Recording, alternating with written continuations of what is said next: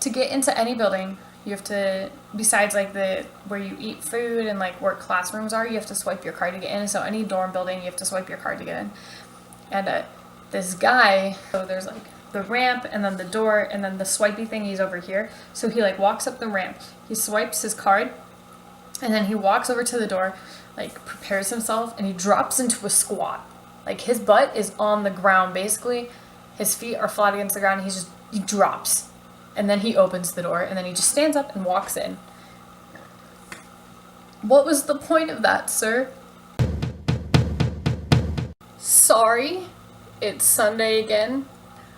I'm really horrible at vlogging on time for you. I'm sorry, Phoenix. Midterm's busy, you know it's busy, I know it's busy, everybody knows it's busy because I can't stop complaining about it. On Friday night, there was a free concert. It was like kind of like not a big band. They're not a big band yet. I'm sure they will be. They were pretty good. But, so we went and watched that. And they are called Lamolo.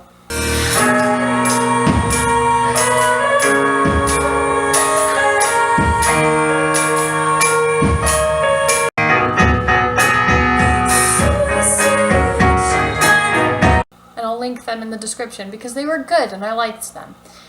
They're kind of more of like a emotion heap, if you know them. Yesterday I went to my friend's house and we played a game called Killer Bunnies.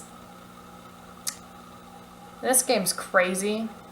Basically it's like Risk and Pokemon had a child. It's really fun. Basically what happens is that you have 7 cards. 7? 7. You have 7 cards, and you put 2 down in front of you, and they're like your run. You put them face down in front of you, and then you always have 5 cards in your hand. So you have your hand plus your run is 7, and then the goal is to have bunnies so that you can play cards to destroy other people's bunnies so that you can get carrots. Cards get you carrots, money gets you carrots. Having the most bunnies, no. Yes, the most bunnies at the end of the game, you get to take all the carrots of those who don't have any bunnies.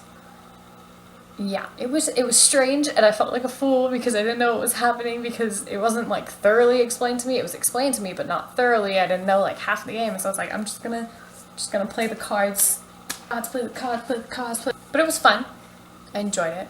Then we watched a trippy movie.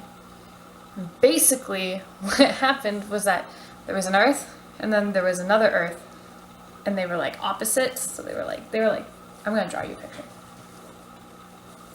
Get the sun. This is what it was. And what happened was that this Earth's gravity went this way, and this Earth's gravity went that way. And no matter which planet you were on, your gravity always went that direction. And so basically there's this guy walking around and he's like, hey, he was like, hey, I want to go to the other planet. So he loaded himself up with stuff from the other planet, and then he was walking around like this, right? And there were buildings. This was the trippy part. There were buildings joined between the 2 Earths, and they shared a room. So the room was like this. They shared that room, and it was trippy to watch because the filming was spectacular. It wasn't like cheesy special effects. It was like quality, solid special effects, and you were like, "This is great," but you were just like, "What?" And then I'm kind of like a sciencey person, you know, so my brain was just like, but how? But no, but how? But that doesn't even make sense. It was called Upside Down, so you should probably watch that. That was really good. I highly suggest that movie. I'm thinking about moving my upload day. Expect your videos between Friday and Monday until the end of J term, and then when I start my new semester, I'll figure something out then.